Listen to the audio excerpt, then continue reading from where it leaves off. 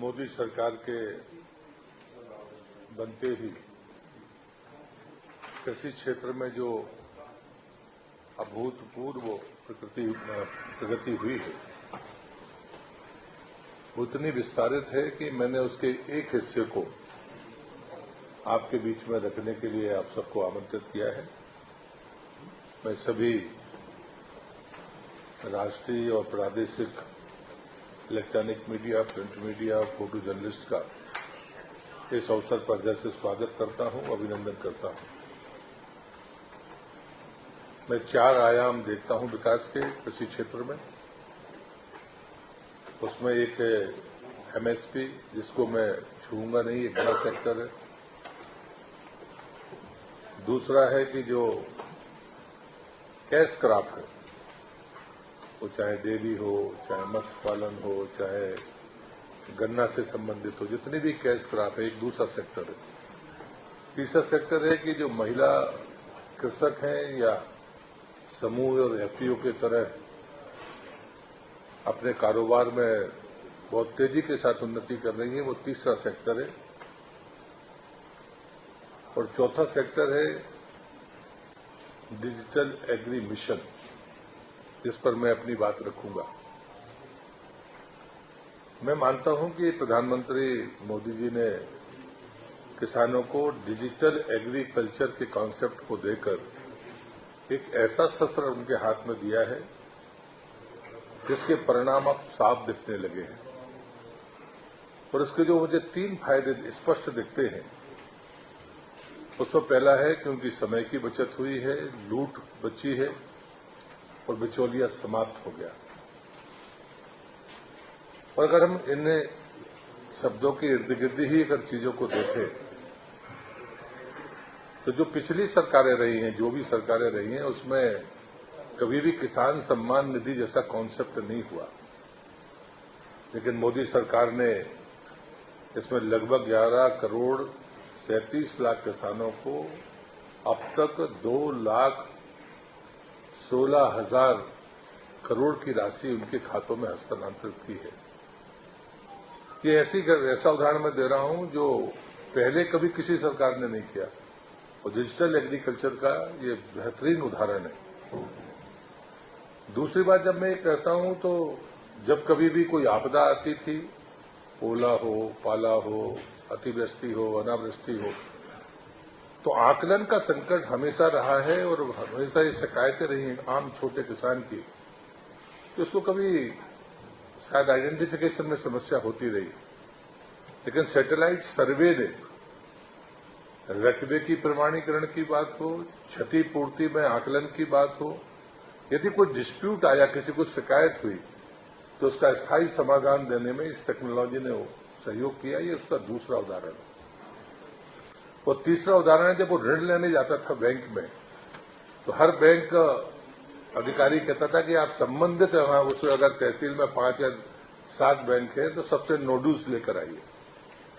अब आधार से खाता जुड़ने के साथ ही जिस भी बैंक में वो जाएगा, उसके साथ में ये साफ हो जाएगा कि उसका किसी बैंक में ऋण है तो वो उसको पटा कर रहा है, तब उसको मिलेगा, अन्यथा एनओसी की उसको जरूरत नहीं है। मैंने आपको ये 3 उदाहरण बताए। बीज से लेकर बाजार तक की यात्रा में भी डिजिटल टेक्नोलॉजी की जबरदस्त पहुंच हुई। और उसका एक सबसे बढ़िया उदाहरण है इनाम मंडी का। मैं इसमें चैलेंज के तौर पर, मैं स्वयं किसान हूं, लगातार वर्षों से किसानों के हितों के बारे में जो संभव हो सका है वो करने की कोशिश की है। लेकिन मैं मानता था कि हम अक्सर जो बड़ी समस्या थी, जो मनोवैज्ञानिक भी थी, कि किसान अगर कम पढ़ा लिखा है तो उसका तकनीक से उसको जोड़ा नहीं जा सकता, ये धारणा थी। वो जो पढ़ा लिखा नौजवान था वो ये मानता था कि ये तो बिना पढ़े लिखे लोगों का काम है, फायदे का काम नहीं है। तो एक बीच का एक समय था जब कृषि में के क्षेत्र से युवा उसमें गया नहीं और ये चीजें होती रही। लेकिन एक साहसिक निर्णय मानता हूं मैं प्रधानमंत्री जी का, और उसका जो उदाहरण है वो इनाम मंडी है। 2.25 करोड़ किसान उसमें जुड़े और 2 करोड़ 36 लाख पंजीकृत ट्रेडर उसमें शामिल हुए और 2,22,000 करोड़ रुपए का उसमें व्यापार हुआ। और इसलिए मुझे लगता है ये धारणा भी टूटी और लोगों का उत्साह उसमें बढ़ा। और इसका दूसरा उदाहरण है एफपीओ का, कि एफपीओ आज की तारीख में 3,855 एफपीओ हैं, जो बीज से लेकर बाजार तक के पूरे कामों को कर रहे हैं। वो नए बीजों को लेने देने का भी काम करते हैं, खाद की उपलब्धता का अधिकार भी उनको है, मार्केटिंग एजेंसी के रूप में भी वो काम कर रहे हैं, जो प्लेटफॉर्म की सबसे बड़ी जरूरत थी। वो सारे किसान हैं और उसमें अब इन्वेस्टर्स शामिल हुए हैं इन दोनों प्लेटफॉर्म पर। तो जो एक बड़ा वैक्यूम था, जो बड़ा चैलेंज था, उसको सबसाइड करने का मौका इस पूरी योजना से मिला है। अब उसके अलावा किसान के सामने जो चैलेंजेस थे कि जमीन में वो क्या बोए, अक्सर वो किसान को कॉपी करता था या बाजार को कॉपी करता था। जिसकी ज्यादा कीमत मिलती थी अगले वर्ष उसकी ज्यादा वो होती थी। लेकिन सॉइल हेल्थ कार्ड के कारण उसको ये पता है कि मुझे क्या लगाना चाहिए कि क्या नहीं लगाना चाहिए। और वो संख्या भी छोटी मोटी नहीं है, वो 22 करोड़ कार्ड अभी तक देश में बन गए हैं। ये डिजिटल एग्रीकल्चर का एक बेहतरीन नमूना ये भी है। अंतिम बात मैं कहता हूं कि जब कभी टेस्टिंग लैब की बात आती है, जो पिछली भी सरकारें रही हैं तब तक ये संख्या 200 के भीतर रही है। आज जो मंजूर की गई लैब है वो उनकी संख्या 11,531 है। क्योंकि ये बात सच है कि चाहे हम मट्टी की टेस्टिंग की बात करें, हम बीजों में जब हम पेस्टिसाइड की बात करते हैं, तो जब अगर आप एक्सपोर्ट करना चाहते हैं तो आपको निश्चित तौर पर आपके अनाज का प्रमाणीकरण चाहिए। और ये बड़ा चैलेंज रहा है कि जैविक बनना है तो उसके लिए भी लैब नहीं है, हम किसके दरवाजे पर जाएं। बहुत सारे प्रयोग हुए लेकिन वो प्रयोग कारगर नहीं हो सके। और ये बात मैं इसलिए कह रहा हूं कि इसकी जो सबसे बड़ी चुनौती थी कि कहीं पर अगर जैविक है या बहुतायत में सब्जियां, फल, अनाज, तिलहन, दलहन पैदा होता है, तो वो आखिरकार जब सरप्लस होता है तो उसके रेट कम हो जाते हैं, कोई लेने वाला नहीं होता। ई मंडी उसका सहारा बन गया। दूसरी चीज होती है, जो इस सरकार ने जो 5वां बड़ा कदम उठाया वो था किसान रेल का। वो कोरोना के बीच में शुरू हुआ और उसमें मैं जिम्मेदारी के साथ ये बात कहता हूं कि एफपीआई भी उसमें शामिल हुई। क्योंकि अगर सब्जी और फल जिनकी उम्र कम है, अगर हमने उनकी उम्र बढ़ाई तो किसान को भी लाभ होगा, व्यापारी को भी लाभ होगा और सबसे बड़ा देश को लाभ होगा। पहले एफपीआई में 3 ही चीज टॉप था, प्याज, टमाटर और आलू। लेकिन अब हमने उसको टोटल किया, उसमें 11 सब्जियां हैं, 9 उसमें फल हैं, एक उसमें समुद्री उत्पाद है झींगा, जिसकी लाइफ कम होती है। लेकिन किसान रेल ने ये सबसे बड़ा संबल दिया। उसमें नॉर्थ इंडिया में बड़ी मात्रा में सब्जियां थी और उनको दक्षिण के में पहुंचाना था। 50% की सब्सिडी इस यात्रा पर, रेल भाड़े पर सरकार देती है। लेकिन नॉर्थ ईस्ट अछूता रह गया था, क्योंकि नॉर्थ ईस्ट में ट्रेन को टाइम ज्यादा लगता है तो चीजें कोई कोल्ड स्टोरेज तो उसमें होता नहीं है। तो नॉर्थ ईस्ट के लिए जो उड़ान, किसान उड़ान की कल्पना की गई, वो 23 हमारे हवाई अड्डों से 12 जीन्स को देने का उस पर काम हुआ है। मुझे लगता है कि ये चीजें हैं जो बेसिक तरीके से चुनौतियों के तौर पर देश के सामने और देश के किसान के सामने रही हैं। लेकिन डिजिटल एग्रो मिशन के इस प्लेटफॉर्म ने, जिसको मैं डिजिटल एग्रीकल्चर क्रांति कहता हूं, इसने बड़ा समाधान दिया है। बोलने के लिए तो बाकी चीजें भी हो सकती है कि जो हमारा सिंचित रकबा बढ़ा है वो ऐतिहासिक सफलता उसने की है। एमएसपी के बारे में चीजें ठीक हुई है।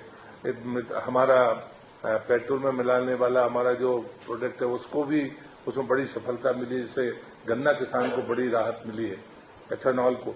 तो मुझे लगता है कि ये ऐसी चीजें हैं जो हमारे डिजिटल प्लेटफॉर्म से आने के कारण किसान के समय में बचत हुई, उसकी लूट बची है। और मैं अंत में इतना ही कहूंगा कि ये एक और, अगर हम वाणिज्यिक प्लेटफॉर्म पर देखें तो जैसे हमने सरप्लस, हमारा कोई भी जिला है, स्टेट है, और उसको डेफिसिट डिस्ट्रिक्ट या स्टेट को हमने सामान पहुंचाया। अब देश के सामने स्थिति यह है कि अगर हम शास्त्री जी के समय का, आदरणीय शास्त्री जी के समय स्मरण करें तो हम अपने अनाज के लिए हमने एक टाइम उपवास तक की कल्पना की थी, जो एक सकारात्मक और अच्छी पहल थी। लेकिन आज हमारे पास में सरप्लस है, और हमारे पास में जब सरप्लस इतनी मात्रा में है तो हमें देश के बाहर निर्यात करना ही होगा। और उसका बेहतरीन परिणाम, जो सबसे अच्छा परिणाम आया कि इस पंचवर्षीय योजना तक की बात थी, $400 बिलियन के एक्सपोर्ट की, वो हमने अभी अचीव कर लिया। कृषि क्षेत्र का जो निर्यात है वो 4.25 लाख करोड़ से ज्यादा का हो गया है इस अभी तक। और इसलिए मैं मानता हूं कि चाहे चीनी है, चीनी में हम दुनिया में नंबर 1 के निर्यातक हैं, दूध में नंबर 1 के निर्यातक हैं, चावल में तीसरे नंबर के निर्यातक हैं, अन्य और भी चीजें हैं। इसका मतलब है कि हम एक नए अभी हम ऊंचाइयों की तरफ जाने की तरफ तत्पर है। मैं अगर उदाहरण के तौर पर कहता हूं तो मैं मोदी सरकार की सफलताओं में सबसे बेहतर अगर कोई मैं चीज मानता हूं तो ये मानता हूं कि पहले जो कोशिशें थी वो बैसाखियां देने की थी, अब जो कोशिश है वो सीढ़ी देने की है। किसान, उसके आने वाली पीढ़ी, हमारे पास जमीन उतनी ही है, उत्पादन हमारा बना रहना चाहिए, लेकिन खेती की उर्वरा शक्ति भी बनी रहे। और इसलिए टेस्टिंग, सॉइल टेस्टिंग अनिवार्य रूप से होते रहना चाहिए। जो बदलाव है वो किसान की जानकारी में होनी चाहिए। और ये डिजिटल टेक्नोलॉजी या डिजिटल एग्रीकल्चर या डिजिटल एग्रो मिशन इस बात के लिए वरदान साबित हुआ है। इस संदर्भ में जानकारी देने की मैंने कोशिश की, और मैं चाहता हूं कि इसकी तुलना होनी चाहिए। जो सरकारें बाकी भी काम करती रही हैं, तो मैंने कुछ ग्राफिक्स आपको इसलिए दिए हैं कि जहां पहले कुछ हुआ ही नहीं, उससे कुछ नया हुआ है, वो देश के किसान के सामने आएगा। तो ये सच है कि अभी भी शिक्षा और संपर्कशीलता की दृष्टि से और भी तेजी से काम करने की जरूरत है। और मैं विश्वास करता हूं कि डिजिटल एग्रीकल्चर प्लेटफॉर्म एक बड़ी ताकत के साथ किसान की मदद में और तेजी लाएगा। इस बात के साथ मैं अपनी बात को समाप्त करता हूं। आप सब पधारे, बहुत बहुत धन्यवाद आपका।